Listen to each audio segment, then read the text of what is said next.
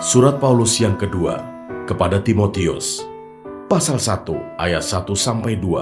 Salam dari Paulus, Rasul Kristus Yesus, oleh kehendak Allah, untuk memberitakan janji tentang hidup dalam Kristus Yesus, kepada Timotius, anakku yang kekasih. Kasih karunia, rahmat dan damai sejahtera dari Allah Bapa dan Kristus Yesus, Tuhan kita, menyertai engkau.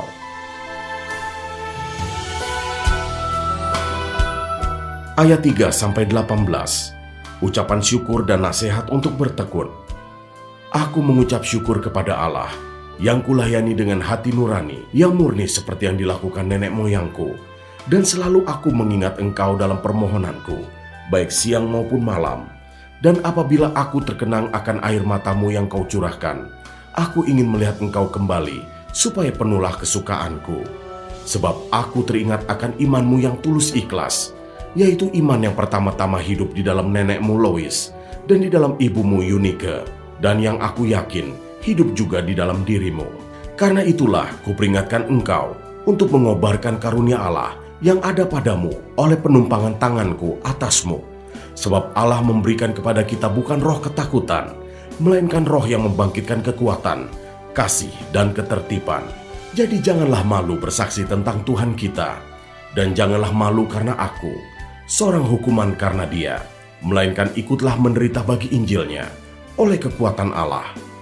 Dialah yang menyelamatkan kita dan memanggil kita dengan panggilan kudus, bukan berdasarkan perbuatan kita, melainkan berdasarkan maksud dan kasih karunia-Nya sendiri, yang telah dikaruniakan kepada kita dalam Kristus Yesus sebelum permulaan zaman, dan yang sekarang dinyatakan oleh kedatangan Juru Selamat kita, Yesus Kristus, yang oleh Injil telah mematahkan kuasa maut dan mendatangkan hidup yang tidak dapat binasa.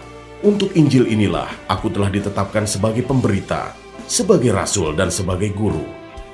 Itulah sebabnya aku menderita semuanya ini, tetapi aku tidak malu, karena aku tahu kepada siapa aku percaya, dan aku yakin bahwa Dia berkuasa memeliharakan apa yang telah dipercayakannya kepadaku hingga pada hari Tuhan.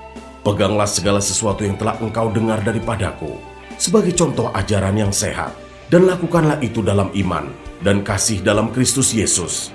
Peliharalah harta yang indah yang telah dipercayakannya kepada kita oleh Roh Kudus yang diam di dalam kita. Engkau tahu bahwa semua mereka yang di daerah Asia Kecil berpaling daripadaku, termasuk Figelus dan Hermogenes. Tuhan kiranya mengaruniakan rahmat-Nya kepada keluarga Onesiforus, yang telah berulang-ulang menyegarkan hatiku. Ia tidak malu menjumpai aku di dalam penjara. Ketika di Roma, ia berusaha mencari aku, dan sudah juga menemui aku. Kiranya Tuhan menunjukkan rahmat-Nya kepadanya pada harinya.